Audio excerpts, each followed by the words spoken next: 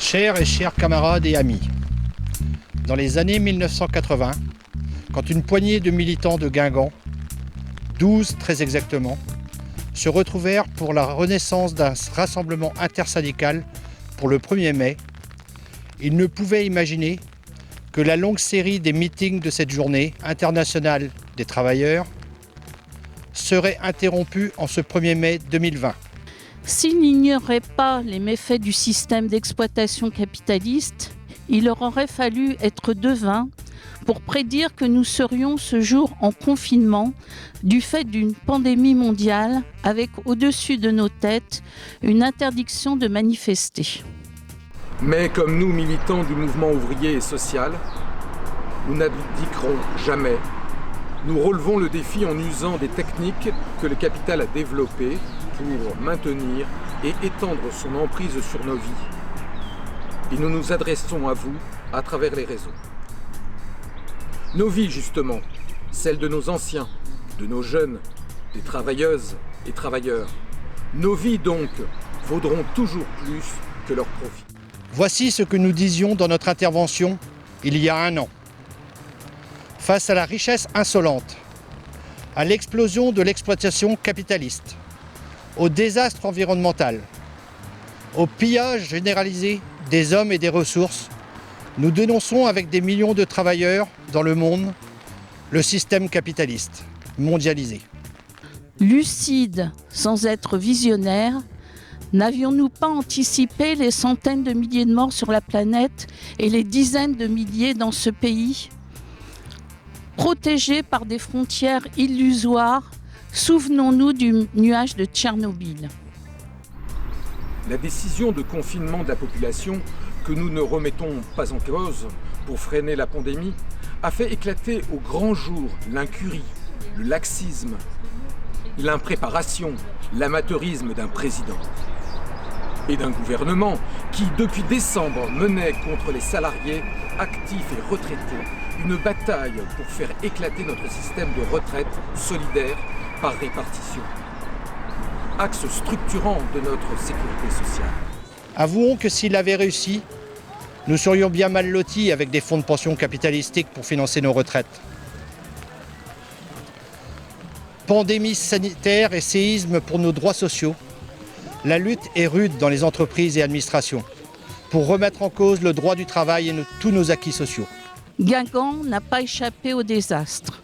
Et si certaines entreprises ont peu ou pas arrêté le travail, notamment dans les secteurs de l'agro et du commerce et des services, les plans de continuité de l'activité étaient ou sont insuffisants en termes sanitaires.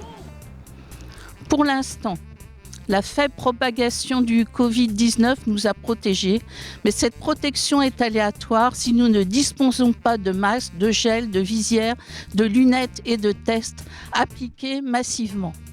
En démantelant via les ordonnances et CHSCT, Macron porte des responsabilités qu'il faudra bien un jour solder. Et pour l'instant, c'est nous qui acquittons la facture. Comment ? Par des baisses des revenus disponibles du fait des arrêts de travail, du chômage partiel, des congés payés imposés, des RTT supprimés. Mais aussi par la charge fixe et incompressible que constituent les loyers ou prêts à rembourser. Et que dire du sort réservé aux héros des hôpitaux ? Les personnels mis en disponibilité seront contraints de récupérer sur leurs heures supplémentaires impayées depuis des années. Sur leurs congés, ils perdront des RTT. Macron et Philippe peuvent annoncer toutes les primes qu'ils veulent. Ce sont les personnels qui vont se les payer. Depuis le début de la crise sanitaire, des millions de personnes sont confinées. Tous les pays vivent grâce aux oubliés, aux invisibles de nos sociétés, qui continuent à travailler, le plus souvent au risque de leur propre santé. Ce sont d'abord les personnels de santé qui n'ont pas compté leurs heures, leur dévouement. Ensuite, ce sont tous les salariés, souvent des femmes du commerce, de l'agroalimentaire, du paramédical, du social, du nettoiement, etc. ainsi que tous et toutes les agents de la fonction publique qui ont continué à assumer les missions de service public et plus largement ceux et celles qui travaillent au service de la population. Sacrifier les droits des travailleurs et travailleurs les plus précaires sur l'autel de l'économie n'est pas tolérable. Gouvernement et patronat répondent non aux revendications sociales et annoncent « Travailler plus pour gagner moins, rien pour le SMIC, rien sur les salaires, les retraites, sinon diminuer les cotisations sociales, rien sur les minima sociaux, des économies sur le dos des chômeurs avec la nouvelle convention assédique. Rien pour l'éducation, la culture, rien pour la santé, rien pour le logement social. Travailler devient un acte uniquement marchand qui n'apporte aucune réponse aux besoins sociaux des populations.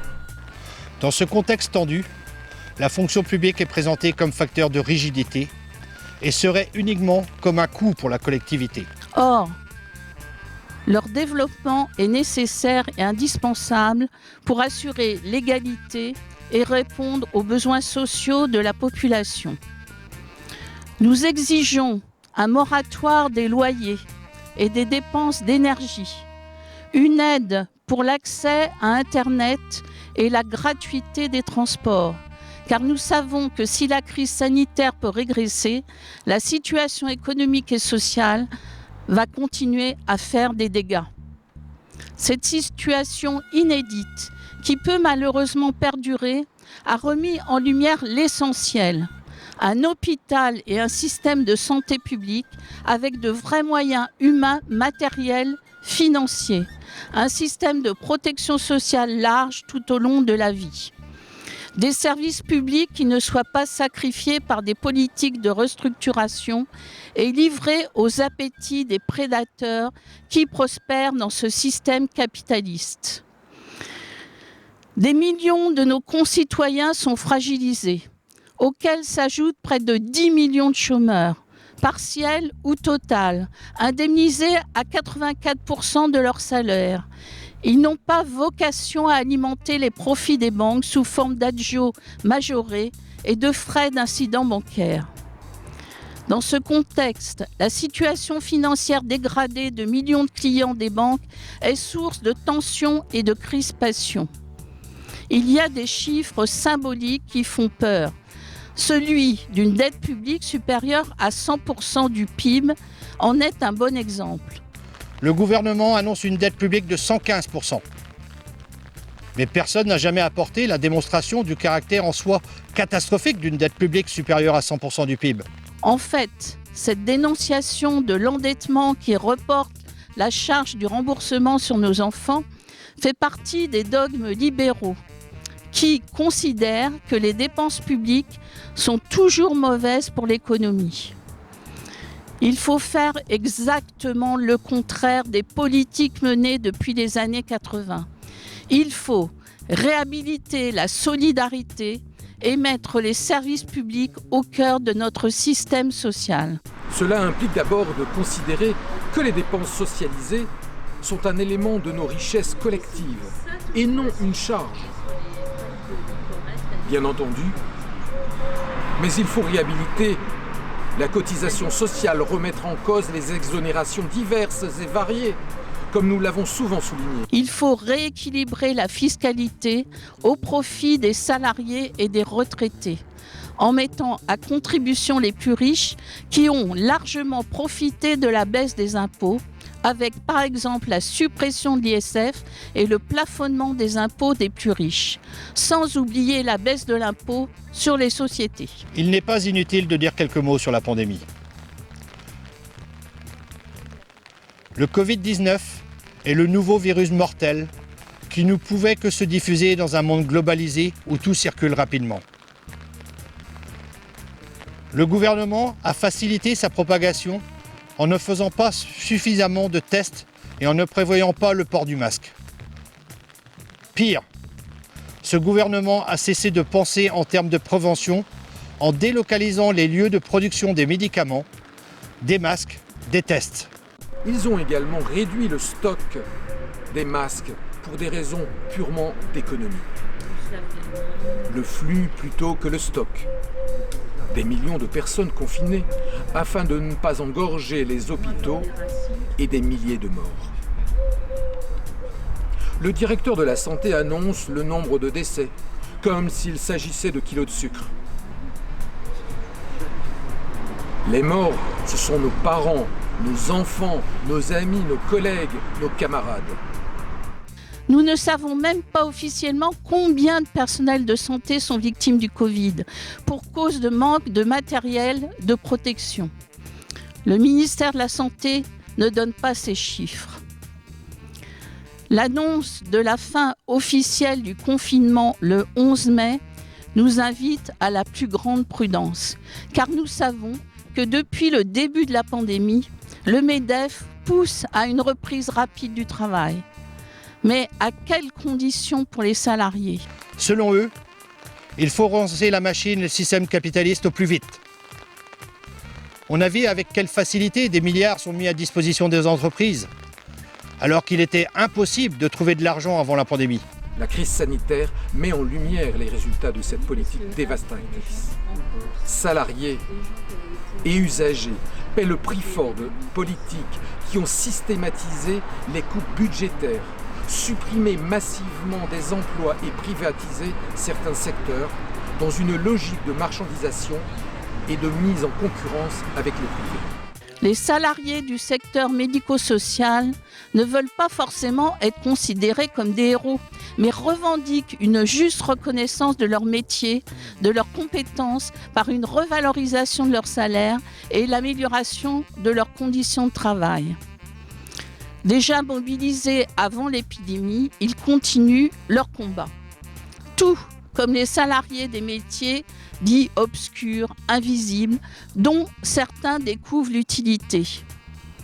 Si tout le monde, y compris le corps médical, a été pris de court par la gravité de la maladie, le manque de moyens pour faire face demeure la conséquence d'une logique comptable imposée comme une norme de gouvernance de tous les services publics. L'obsession du chiffre a infiltré tous les corps de l'État et n'a pas conduit à répondre correctement à la catastrophe sanitaire. Comparons la France et l'Allemagne. Depuis 1991, pour 10 lits pour 1000 habitants. En 2017, le nombre de lits a diminué de 48% en France et de 21% en Allemagne. Aujourd'hui, comme hier, nous demandons des comptes aux casseurs des services publics. Nous demandons un plan de développement des services publics pour répondre aux besoins de la population. En renforçant les moyens budgétaires et humains, en répondant aux besoins nouveaux, perte d'autonomie, petite enfance, transition écologique. Pour les salariés, nous demandons l'application stricte des conditions de sécurité. Une vie ne vaut pas une prime. Des congés et RTT sont remis en cause. Le temps de travail s'allonge. Les capitalistes veulent rattraper le retard. Que deviennent les emplois des intérimaires, des vacataires, des auxiliaires, des intermittents? Comment vont être indemnisés ces salariés? Que dire de la situation des SDF et des sans-papiers dont seuls se préoccupent les associations? Toutes et tous paient le prix fort. Le manque d'investissement au niveau de la santé, la réforme de l'assurance chômage, le projet de réforme des retraites et celui à venir de la sécurité sociale mettent à mal la protection sociale. Bien commun et socle protecteur en situation de crise. Car nous savons que si la crise sanitaire peut régresser, la situation économique et sociale va continuer à faire des dégâts au sein des populations dans une économie mondialisée en grande difficulté. Le monde d'après le 11 mai. Le monde de l'éducation n'est pas en reste dans cette crise. Dès la fermeture des écoles, collèges, lycées et établissements d'enseignement supérieur, les ministres ont décrété la continuité pédagogique. Les personnels ont déployé des efforts d'adaptation et des trésors d'ingéniosité pour adapter leurs pratiques professionnelles à la situation. Devant les injonctions du ministre voulant réduire l'obligation de confinement, l'intersyndicale a demandé qu'aucun personnel, aucune famille ne puisse être obligée de transgresser ce confinement, sauf absolue nécessité, justifiée par l'organisation concrète de la continuité du service ou pour l'organisation de l'accueil des enfants des soignants, et ce, dans les conditions nécessaires de sécurité. Le ministère doit cesser d'évoquer une continuité pédagogique, laissant croire qu'on pourrait tendre vers les mêmes objectifs d'apprentissage qu'avec l'enseignement en classe. L'annonce inopinée du président de la République d'une réouverture des écoles et établissements scolaires le 11 mai a suscité de nombreuses réactions, d'inquiétude, des familles, des personnels de l'éducation nationale et un avis très critique des autorités médicales. En effet, ces dernières alertent sur le risque d'une nouvelle propagation massive du virus. À l'heure du déconfinement, les propositions du ministre de l'Éducation nationale pour une réouverture des écoles le 11 mai sont loin de répondre aux enjeux posés aux inquiétudes des personnels. Ainsi, c'est uniquement lorsque les conditions sanitaires et pédagogiques seront respectées que les écoles pourront être réouvertes. Nous devons tenter de comprendre l'avant et proposer l'après. Comme pour se refaire une virginité, l'État-providence ressurgit dans le vocabulaire des politiques. Après avoir entendu affirmer qu'on ne pourra plus vivre comme avant, nous nous mettons à rêver d'un retour de cet État-providence si décrié depuis les années 80. Les économies les plus résistantes à la crise sont celles qui ont su conserver un système de protection sociale et préserver des biens communs. De la marchandisation galopante et non celle plongée dans le néolibéralisme débridé. Au moment où cette crise révèle crûment l'immensité des inégalités sociales, nous nous devons d'exiger et d'imposer que les chantiers de long terme s'engagent pour réorienter notre modèle social vers plus de solidarité et de justice. Chers et chers camarades, Chers et chers camarades, chers et chers amis, camarades, chers et chers amis, chers et chers amis, pour que ce 1er mai reste dans nos mémoires, il nous faut vivre et survivre. Nos morts ne passeront pas en pertes et profits. Nous ne sommes pas un bilan comptable, tant de morts, tant de guéris, tant de contaminés. ce système a failli. Nous avons la lourde responsabilité de sa transformation sociale radicale. Prenons en compte la nécessité de préserver et notre planète, notre climat et le vivant.